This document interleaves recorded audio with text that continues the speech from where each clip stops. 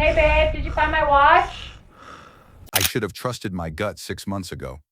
That's what I keep telling myself as I stand here in our bedroom, holding my wife's smartwatch like it's a live grenade. My hands won't stop shaking. 15 years of marriage, two beautiful kids sleeping down the hall, and I'm about to destroy it all because I listened to a voice in my head that said check. But let me back up. Let me tell you how a man becomes the kind of person who spies on his wife through her fitness tracker. It started with Marcus. Nice guy, church-going, married with two kids of his own. The kind of man who makes you feel like an asshole for not trusting him. He and Sarah became friends about 8 months ago. Just friends, she said. He invited her to his church, and suddenly my wife, who could barely drag herself out of bed on Sundays, was getting dressed up every week. Makeup perfect, hair done, excited in a way I hadn't seen in years. I told myself it was good. She needed friends. She needed something that made her happy. But Marcus didn't work. Not at all. And Sarah only worked twice a week. That left a lot of time for friendship. The texting started innocently enough. I'd see her phone light up with his name. She'd smile, this small private smile, and type back quickly. I didn't say anything. What kind of controlling husband doesn't let his wife have friends? What kind of insecure man gets jealous of a church buddy? So I swallowed it. Swallowed the feeling in my gut every time she laughed at his messages. Swallowed my questions when she started dressing nicer on her days off. Swallowed the growing distance between us that felt less like exhaustion and more like intention. Our families hung out a few times. Barbecues, game nights, and every single time Sarah gravitated to him like a magnet, standing close, laughing at his jokes. While I grilled burgers and made small talk with his wife, I watched my own wife light up for another man. He came to our house twice to hang out, play video games with me, he said. Bond, he said. I set up the cameras, we have them for security, nothing weird about that. And I watched the footage later, watched how she'd find excuses to be in the same room, watched how she'd touch his arm when she laughed, watched how he'd lean in close when he talked to her. I told myself I was paranoid. Our marriage had become a business partnership. We were exhausted. She took medication that made her tired, legitimate prescriptions, real health issues. I worked 9-hour days, got the kids ready for school every morning, put them to bed every night. I did the grocery shopping, the cleaning, the cooking, the endless errands that keep a household running. I tried to be thoughtful, left her notes, brought her favorite coffee, took care of things so she could rest, but we'd stopped being us. We felt like roommates managing a life together. Sex happened maybe 5 times a year. She said she had a low sex drive. The medication, the exhaustion, her body. I understood. I'd even gotten a vasectomy because she said another pregnancy would break her. So I did it. For us. For her. And then she stopped wanting me at all. Every attempt was met with, I'm too tired, or I don't feel good, or just a shrug emoji in a text. Sorry, that was it. Just sorry. I should have known then. But you don't want to believe it. You tell yourself stories. She's stressed. The medication. We're in a rut. It'll get better. Until you're standing in your bedroom at 10:47 p.m. on a Tuesday, holding her smartwatch because you brought it upstairs to charge, and a voice in your head says check it. I don't know whose voice it was. God, maybe. Intuition. The part of my brain that had been screaming at me for months while I plastered over the cracks with denial and good intentions. My hands are shaking so badly I almost drop it. The screen unlocks. She never changed the passcode. Why would she? I'm her husband, and I open her messages. Marcus's name is at the top. I click it. The first message I see is from 3 days ago. I can't stop thinking about you. Her response, me too. Friday. My vision blurs. The room tilts. I sit down on our bed, the bed where we sleep next to each other like strangers, and I scroll. A month. A full month of messages. Flirty at first, then escalating. You look beautiful. I wish I could see you right now. I love how you make me feel. Secret meetups. Coffee shops in the next town over. His car parked behind the grocery store. Your husband won't notice? He's always busy. Good. I keep scrolling. My heart is hammering so hard I think I might pass out. The words swim together. I love you. I love you too. When can I see you again? Then I reach Halloween. Last week, she said she was running errands. The kids were in school. I was at work. The messages are detailed. Horrifyingly, explicitly detailed. They met at a park, got in his car, drove somewhere private. They had sex. My wife, Marcus, in his car like teenagers. That was amazing. I've never felt like this. When can we do it again? I'm going to be sick. I run to the bathroom, but nothing comes up. Just dry heaves and the sound of my own breathing, too loud, too fast.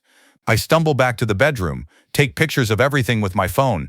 Evidence. I need evidence. The smartwatch sits on the nightstand, screen dark now, innocent. I hear footsteps on the stairs. Sarah's voice calls up, cheerful. Hey babe, did you find my watch? Yeah, I call back, my voice somehow steady. Charging it now. I hear her footsteps retreat to the kitchen.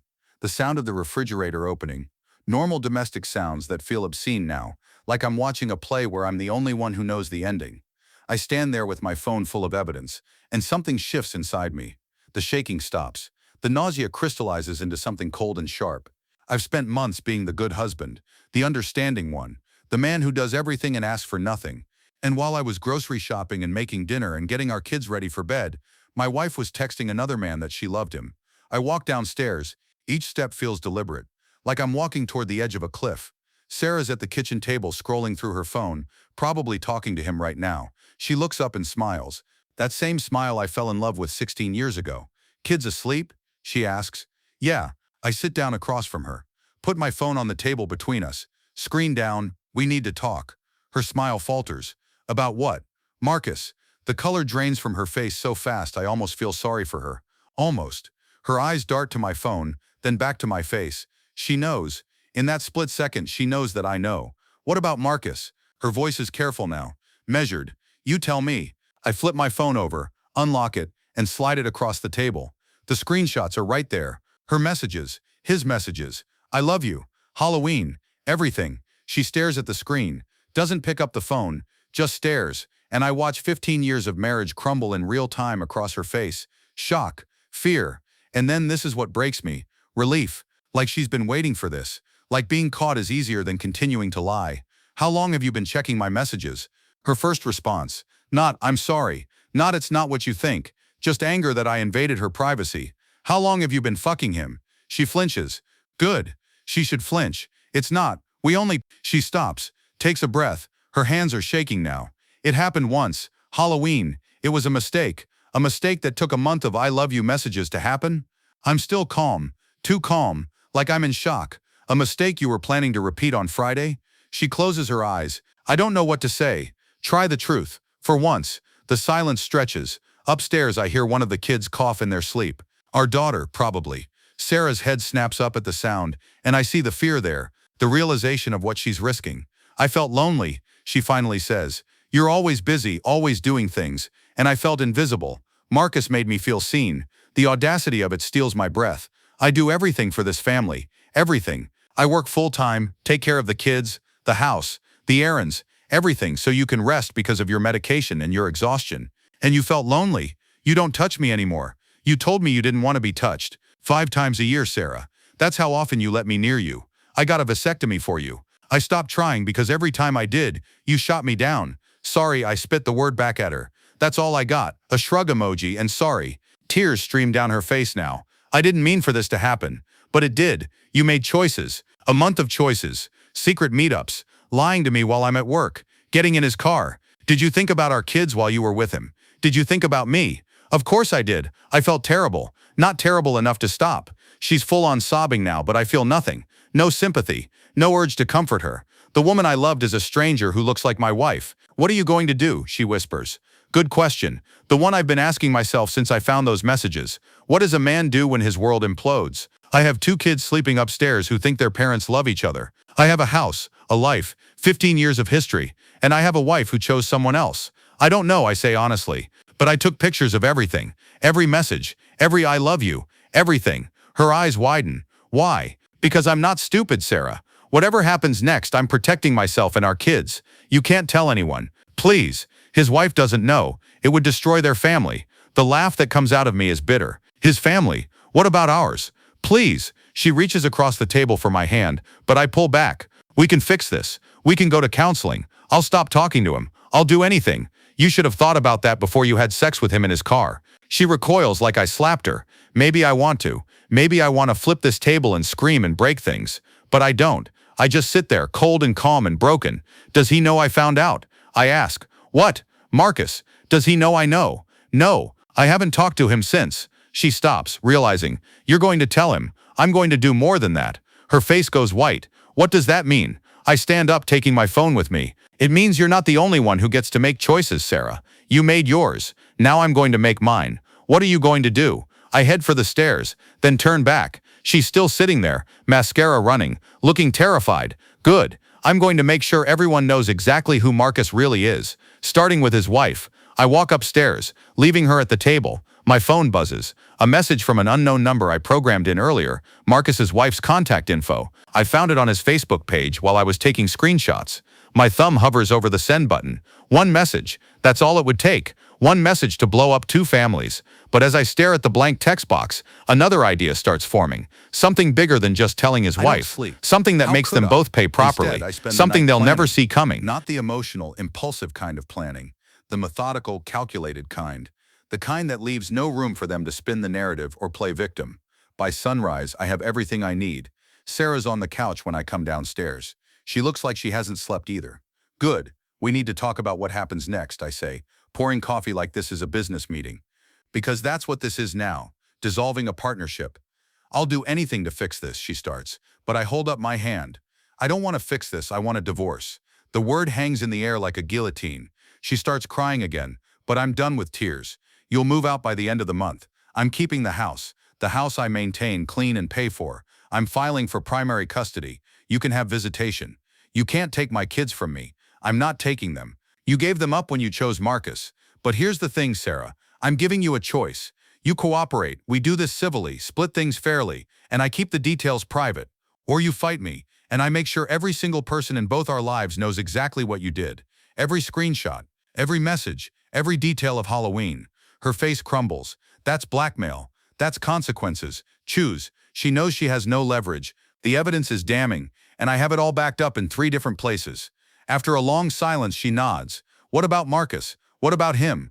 Are you going to tell his wife? I smile, and it's not a nice smile. Oh, Sarah, I'm going to do so much more than that. I call Marcus at 9 a.m. He answers on the second ring, probably thinking it's Sarah. Hey, man, I say, casual as can be. It's me, Sarah's husband. We need to talk. Silence. Then about what? About you and my wife. About Halloween. About the month of messages. Should I continue? I hear him breathing, fast and panicked. Listen, man, I don't know what she told you. She didn't tell me anything. I found it myself. And here's what's going to happen. You're going to meet me at Bernie's coffee shop in 1 hour. Just you and me. Or I call your wife right now and send her everything. You wouldn't try me. 1 hour. I hang up. Marcus shows up looking like he's going to his own funeral. Probably feels like it. I'm already there, sitting in the back corner with a folder in front of me. He sits down across from me, won't meet my eyes. Does your wife know? I ask. No. His voice is barely a whisper. Do you love my wife? He flinches. It wasn't supposed to happen. We just connected and answer the question. I don't know. Wrong answer. I slide the folder across the table. Inside are copies of every message between you two.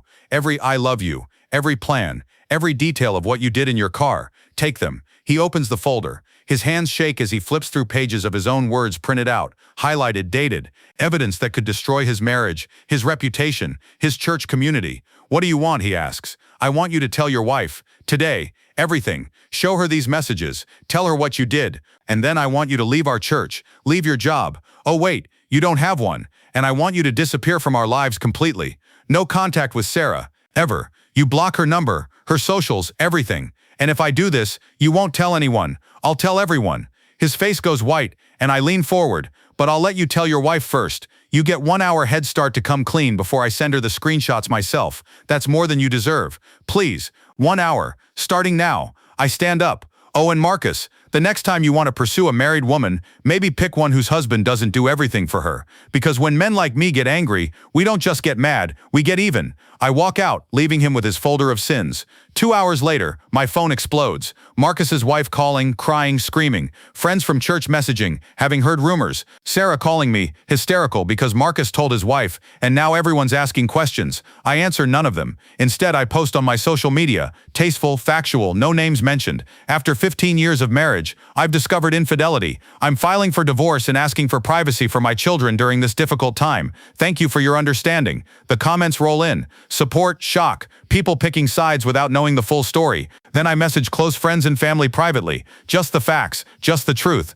I don't embellish, I don't need to. Within 24 hours, both families implode. Marcus's wife files for divorce. His church community turns on him. Sarah's family calls her, disappointed and angry. My family rallies around me and the kids. 3 weeks later, I'm sitting in a lawyer's office finalizing custody arrangements. Sarah gets weekends. I get primary custody, the house, and my dignity. She tried to paint herself as the victim, said I was controlling, never gave her attention, made her feel unwanted. But when her lawyer saw the evidence, saw the timeline, saw how she pursued this while I was working and caring for our children, they advised her to settle. Marcus left town. Last I heard, he's living with his parents 3 states away. And me, I'm healing, slowly. My kids are adjusting. We have family dinners, movie nights, routines that don't involve me carrying the weight of someone else's lies. Do I regret how I handled it? No, I gave them both exactly what they deserved. The truth, exposed for everyone to see. Sometimes the best revenge isn't just moving on, it's making sure they can't. If you enjoyed this story, don't forget to subscribe to my channel for more real-life cheating and divorce stories. Hit that subscribe button and turn on notifications so you never miss an update.